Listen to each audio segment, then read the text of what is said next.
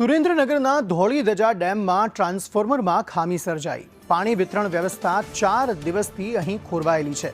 રતનપુર, જોરાવરનગર અને વઢવાણમાં પાણી વિતરણ છેલ્લા 4 દિવસથી બંધ છે। ડેમ છલોછલ ભરાયેલો છે, છતાં પ્રજા પાણી માટે વલખા મારી રહી છે। આ ફોલ્ટ શોધી કામગીરી કરવા મનપા કમિશનરે આદેશ પણ આપ્યો છે, પરંતુ હજુ સુધી સ્થિતિ સામાન્ય નથી થઈ। એ ફોલ્ટ શોધાયો નથી અને કામગીરી પણ થઈ નથી, જેના કારણે 4 દિવસથી પાણી વગર લોકો ટળવળિયા કરી રહ્યા છે।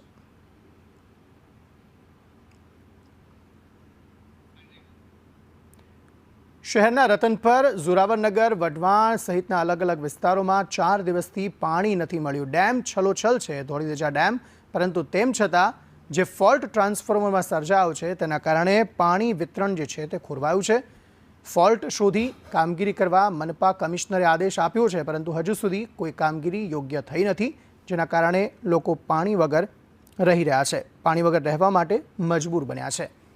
પાણીથી છલોછલ ડેમ છે, તેમ છતાં પણ પ્રજાને પાણી પીવાનું નથી મળી રહ્યું।